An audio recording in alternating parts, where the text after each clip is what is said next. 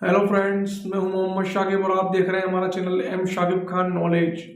दोस्तों, आज हम एक नए टॉपिक पर आपके लिए एक नई कहानी लेकर आए हैं, जो कि दरअसल हमारी दरसी किताब NCERT 9th उर्दू से ली गई है। तो दोस्तों, ये कहानी है मौला बख्श के बारे में कि आखिरकार मौला बख्श साहब हैं कौन, इन्होंने क्या क्या कारनामे किए हैं। चलिए दोस्तों, मौला बख्श के बारे में जानने के लिए चलिए शुरू करते हैं हम आज का हमारा वीडियो। तो दोस्तों, हमारे वीडियो को लाइक करना, चैनल को सब्सक्राइब करना और बेल आइकन दबाना ना भूलें। दोस्तों, आज का हमारा टॉपिक है मौला बख्श।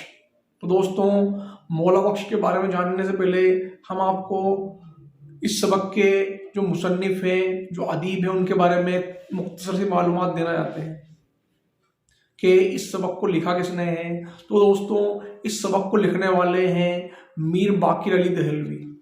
इन साहब का नाम क्या है? मीर बाकिर अली दहलवी, जो इस सबक के मुसन्निफ हैं। अब इनके बारे में सुन लीजिए थोड़ा सा। मीर बाकिर अली दहलवी जो है, ये दहली के आखिरी दास्तान गो हैं। क्या है? दास्तान गो। अब दोस्तों, एक अपना लफ्ज आया है दास्तान। तो दोस्तों, दास्तान होती क्या है आखिरकार, ये भी सुन लीजिए।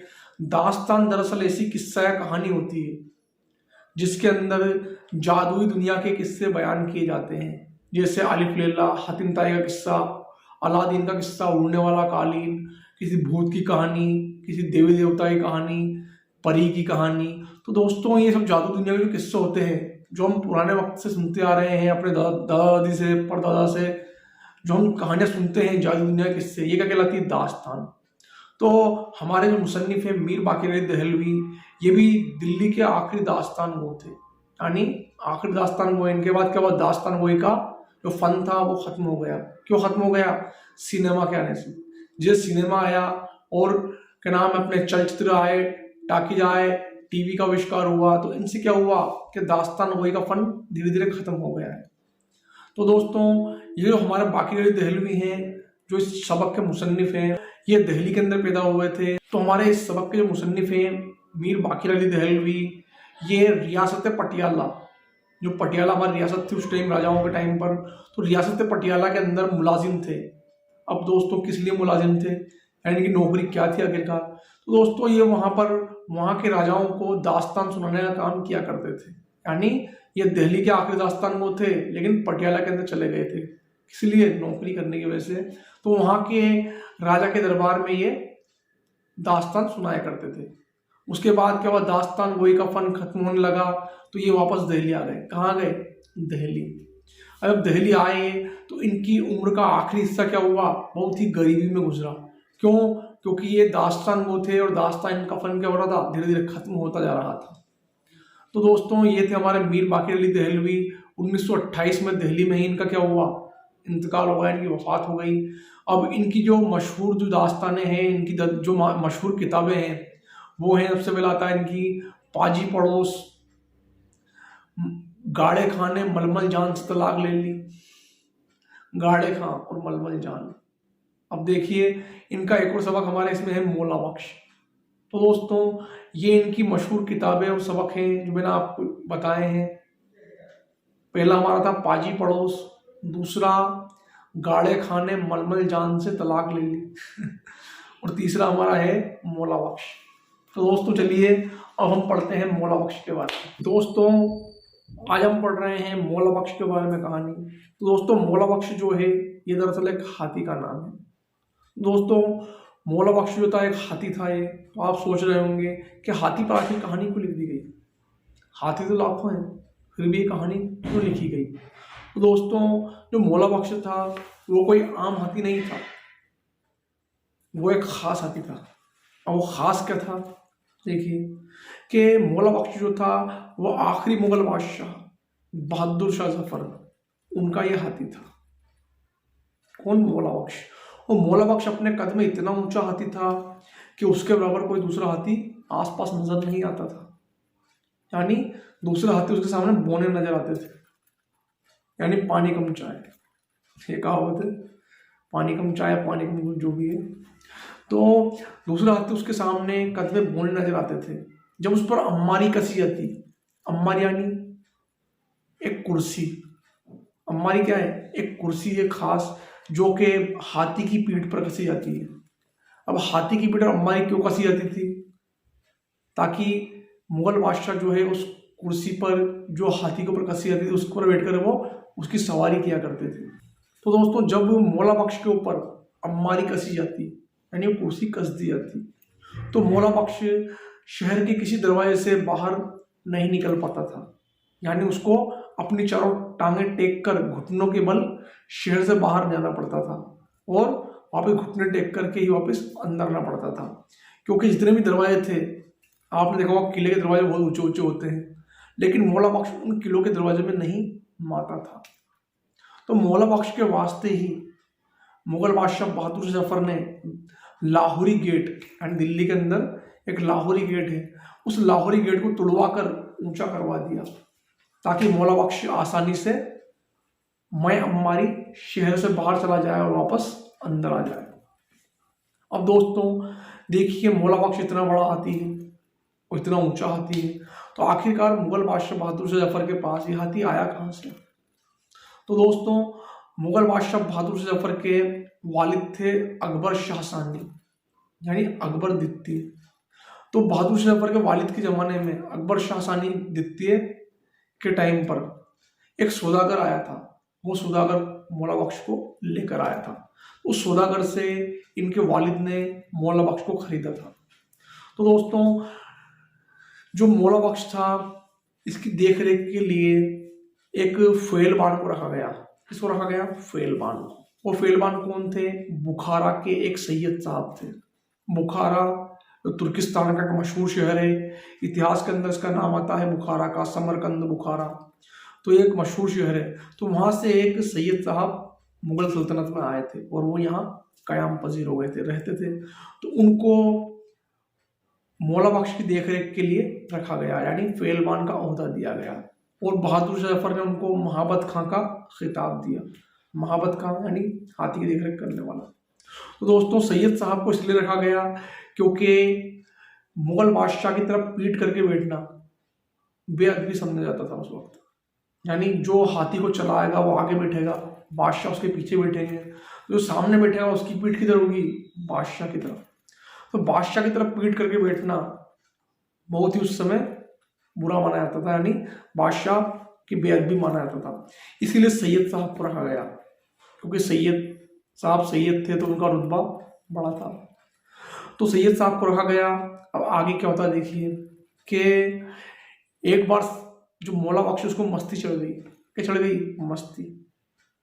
जैसे हमें बहुत सी बार मस्ती रहती है, हम मस्ती करते हैं, उछलते कूदते हैं, खेलते फिरते हैं, किसी की सुनते नहीं घर वालों की।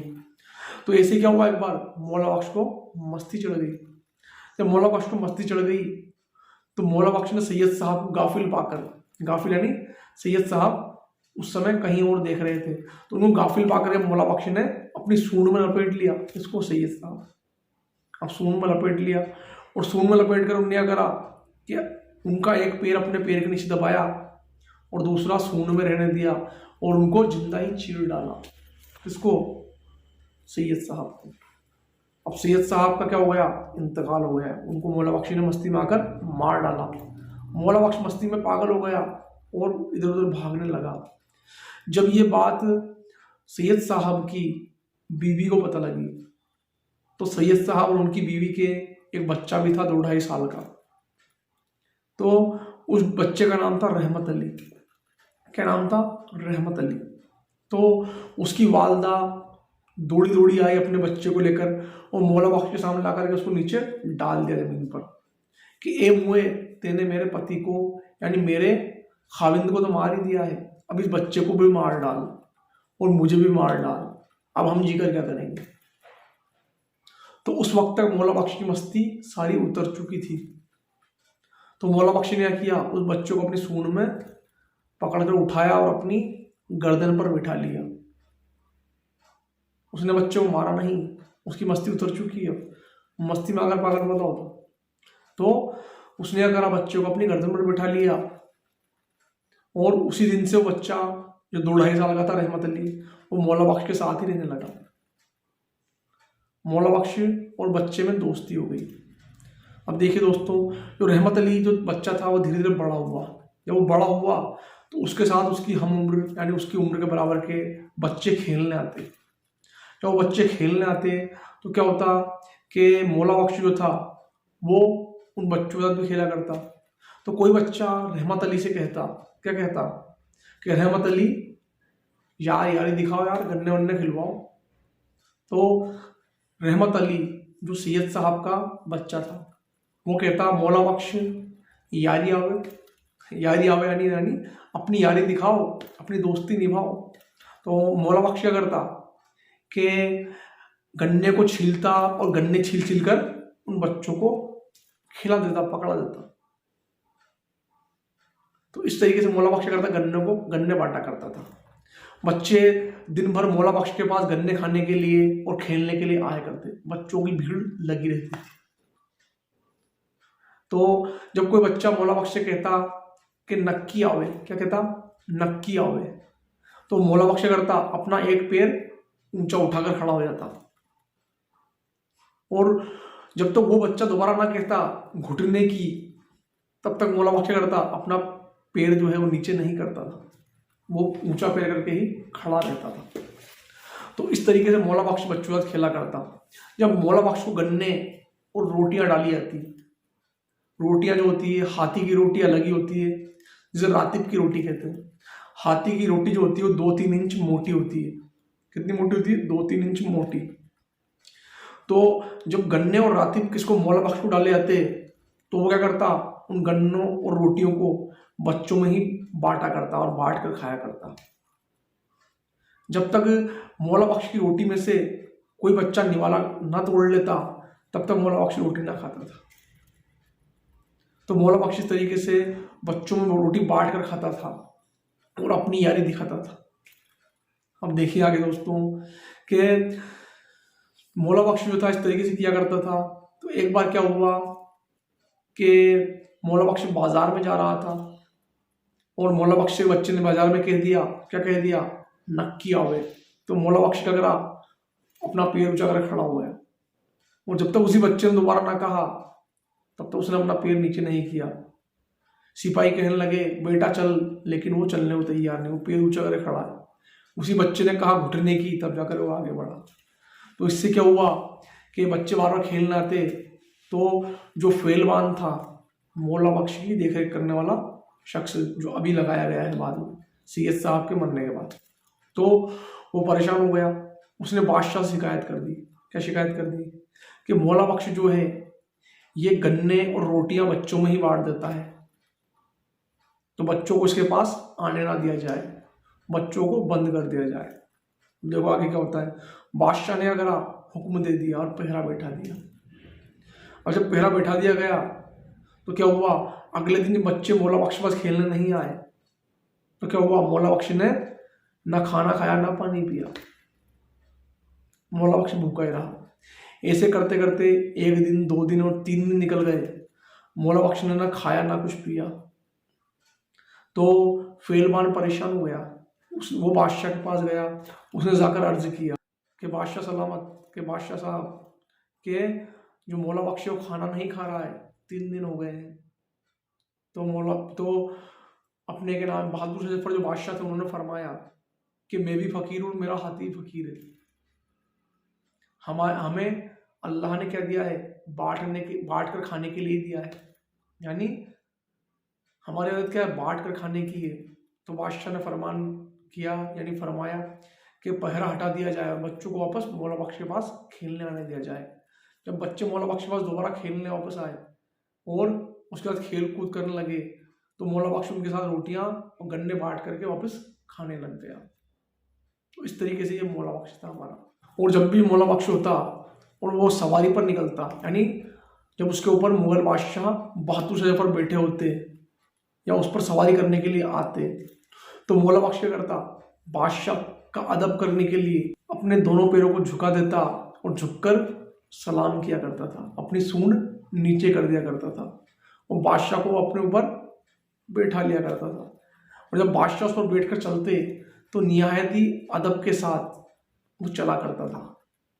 तो दोस्तों ये था हमारा बहादुर शाह जफर का हाथी मौला बख्श, जिसके बारे में हमने पढ़ा है। तो दोस्तों चलिए चलते हैं और मिलते हैं नए वीडियो में नए टॉपिक के साथ। और हमारे ऐसी कहानी देखते रहने के लिए हमारे चैनल को देखते रहिए। चलते हैं, अलविदा, बाय बाय।